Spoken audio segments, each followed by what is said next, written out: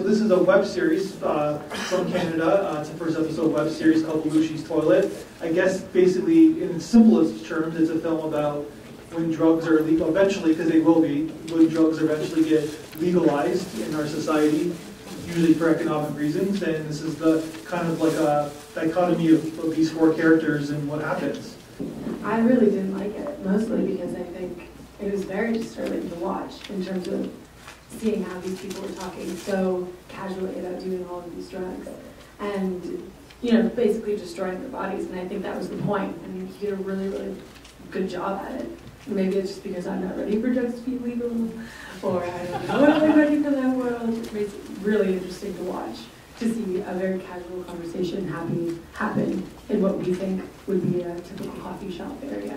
And it wasn't. And I think that they did a very good job in terms of describing that future reality that could happen or may not happen. And I could see it definitely turning into a very successful web series or into a series of events.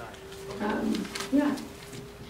So yeah, I guess he did his job because it does leave you uncomfortable, especially the intensine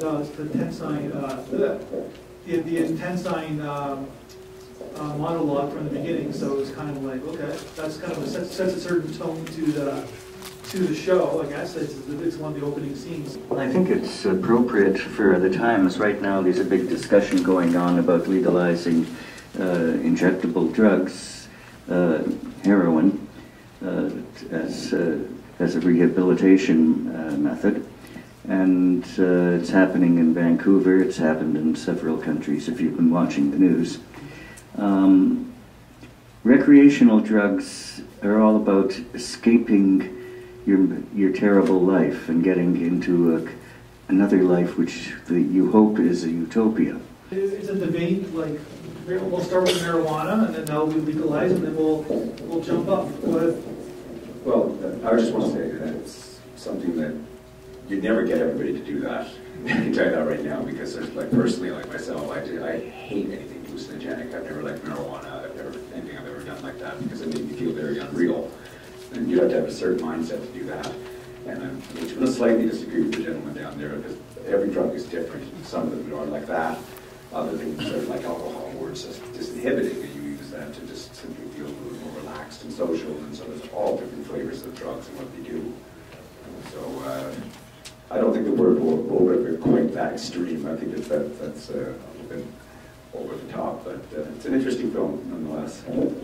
There's a theme of like not going forward in the film, because even the guys are talking about yesterday. They're talking about like even the whole like festival about nostalgia with the 80s and 70s and 90s, like about how you're just going backwards. You're not really going forward. So that's sort of like, that's what I got out of the film. Like there's that kind of thematic about these characters just kind of staying in one spot, and that's generally what drugs do.